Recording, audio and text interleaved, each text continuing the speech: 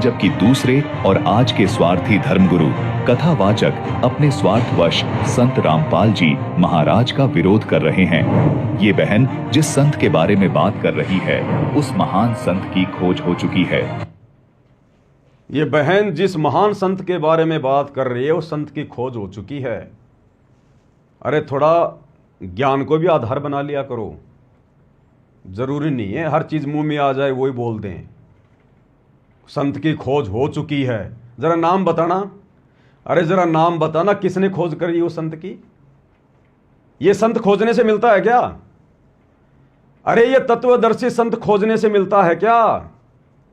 अगर खोजने से मिलता तो ये साधु संत महात्मा सतयुग से लेकर द्वापर तक लाखों लाखों साल तपस्या करते थे, जंगलों में जा जाके खोजते थे भगवान को, गुफाओं में जा जाके खोजते थे। अरे खोजने से तो ब्रह्मा विष्णु महेश को नहीं मिलता ये। उस संत की खोज हो चुकी है। कौन है वो ऐसा सौभाग्यशाली महापुरुष जिसने संत की खोज कर ली? जरा बताना उसका नाम। ये संत स्वयं अपनी खोज करवाता है, ये स्वयं अपनी पहचान करवाता है। इसको कोई पहचान नहीं सकता है, कोई पहचान नहीं सकता इसको। ये स्वयं अपनी पहचान करवाता है। उस संत की खोज हो गई है। बड़ा आसान तरीके से बोल देते हो संत की खोज हो गई है, जैसे कोई मीठी गोली है। सुनते जाओ इनकी वो आवाज भाई और बहनों, आप आगे आगे। सब कुछ बता रहा और पाप आत्मा हम मानते नहीं और ज्ञान भरा हमारे अंदर का पता नहीं और विद्वान बन जाते हैं। मैं रोवत हूँ सृष्टि को, सृष्टि रोवत मोहे, गरीबदास इस वियोग को समझ सके न को। क्या कह रहे हैं गुरुदेव भगवान? ये कह रहे हैं उस संत की खोज हो चुकी है। और गुरुदेव भगवान क्या कह रहे हैं इसार जेल से आने वाले विशेष संदेश में? ये तो बरवाला कांड के बाद की घटना है। गुरुदेव क्या कह रहे हैं कि मैं तुम्हारा भगवान हूं, मैं तुम्हारा बाप हूं, मुझे पहचान लो, अन्यथा ये खाएगा तुझे काल, ये काल तुम्हें खाएगा। मैं तुम्हारा भगवान हूं, मैं तुम्हारा बाप हूं, मुझे पहचान लो। गुरु रूप में आए हुए अपने बाप को पहचान लो, अपने भगवान को पहचान लो। और ये कह रहे उसकी खोज हो गई है। अगर खोज हो जाती, अगर तुम लोग उसकी खोज अगर कर लेते तो आज हमारे पिता को ये बातें ना बोलनी पड़ती, रो रो के दुखी होके नहीं बोलनी पड़ती। तुम्हारे कुकर्मों को देख के जो तुम कर रहे हो उनकी गैर हाजिरी में बरवाला कांड के बाद से। क्या कह रहे हैं गुरुदेव भगवान? मैं तुम्हारा बाप हूं, तुम्हारा भगवान हूं, मुझे पहचान लो, नहीं तो ये काल तुम्हें खाएगा। और ये कह रहे पहचान हो गई। मैं तुम्हें रो रहा हूं, मैं थारा भगवान हूं, मैं थारा पिता हूं।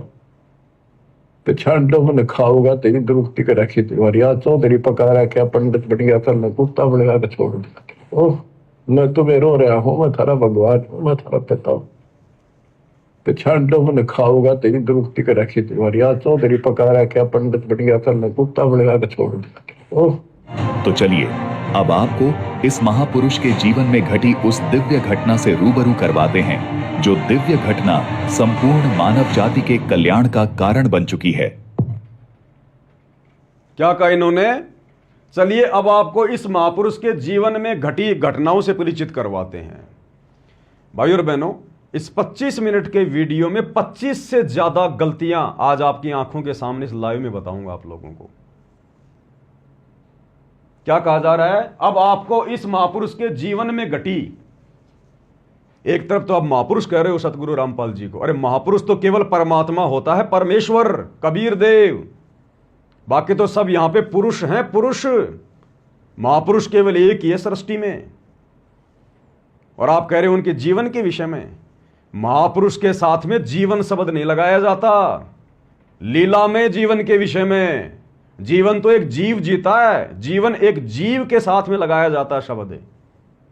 जैसे कि पवनदास की जीवनी, पंडित जवाहरलाल नेहरू की जीवनी, महात्मा गांधी की जीवनी, ये जीवनी शब्द केवल एक जीव के साथ में लगाया जाता है।